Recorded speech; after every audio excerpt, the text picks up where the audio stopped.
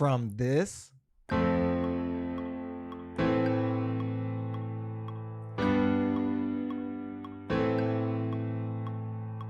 to this.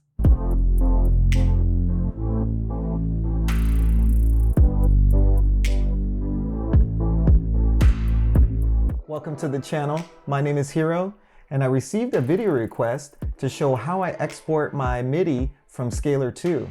Let's get into it. I'm recording a new part to this song, and I will show you how I export MIDI in a few different ways. The first way is recording the notes that are pressed, or the keys that you press, and I'll share that right here.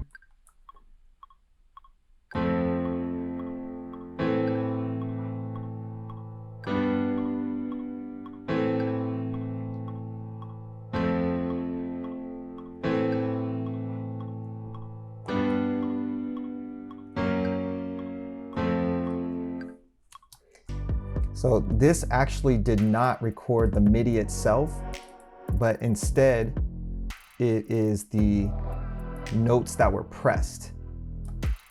So you can see the notes that were pressed. Now this comes in handy when you just kind of want to lay something down real quick and get an idea and you want to hear it back. The next export method I like to use is arranging my chords at the bottom. I'm going to create a new pattern so that I can capture the way that the keys are played. And I think I started here with a F, A minor,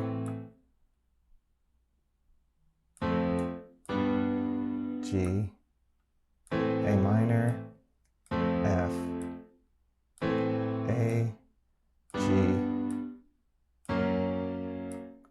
and I'm missing one chord here, but it's okay. So highlight the chords. I like to have a duration of a playback time of 2 bars. And now that I have selected that, I can now grab and just drag and drop it to where I want. And now when I play back, let's grab one more of these. It is the F major. And I'm gonna make this a little shorter. Throw this F major on there. Make this a little shorter. And let's hear that.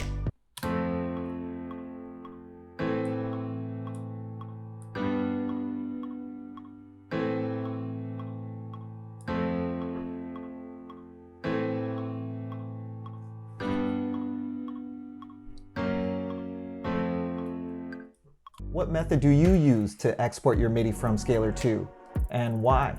Let me know in the comments below. Let's get back into it.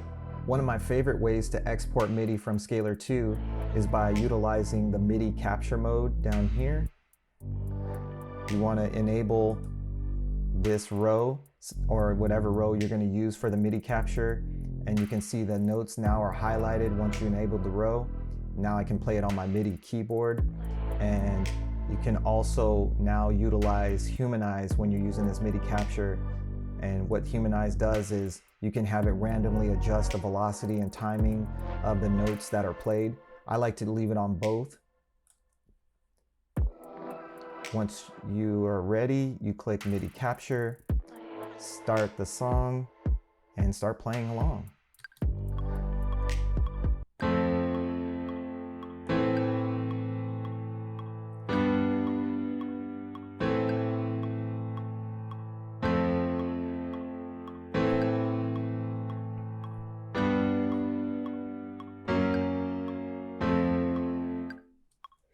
Stop. Once you are done, this drag button will be highlighted. Just grab it, drag and drop your MIDI onto your MIDI track. Make sure you turn off this focus on the row that you were using for your MIDI capture. Otherwise, the notes will clash. They'll try to play the MIDI here, and it'll also be trying to put that into a chord. And now we can play it.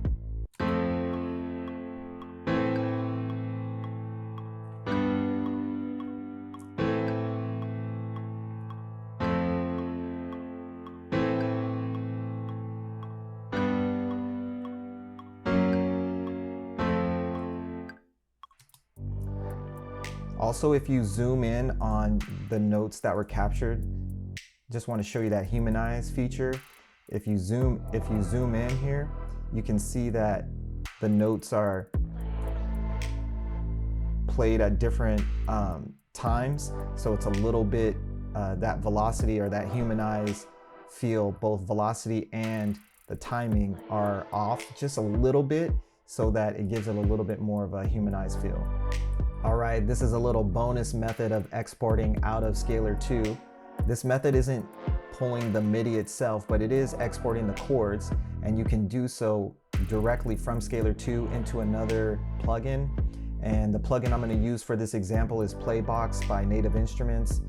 Once you have Playbox pulled up into the chords section, go back to Scalar 2, make sure you have humanize off. I find that sometimes it acts weird or doesn't have the desired effect when I export the MIDI and I have humanize on when I'm doing this trick. So just turn that off, highlight the notes or the chords that you have, drag and drop it straight into the plugin, and now it will sound like this.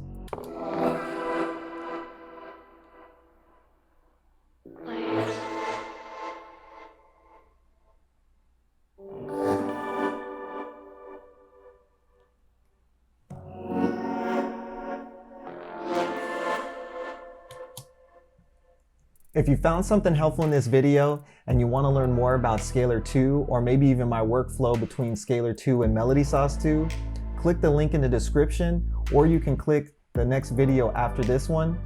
Don't forget to like, subscribe, and hit the notification bell so that you can be notified for more music production tips and tricks. See you in the next video.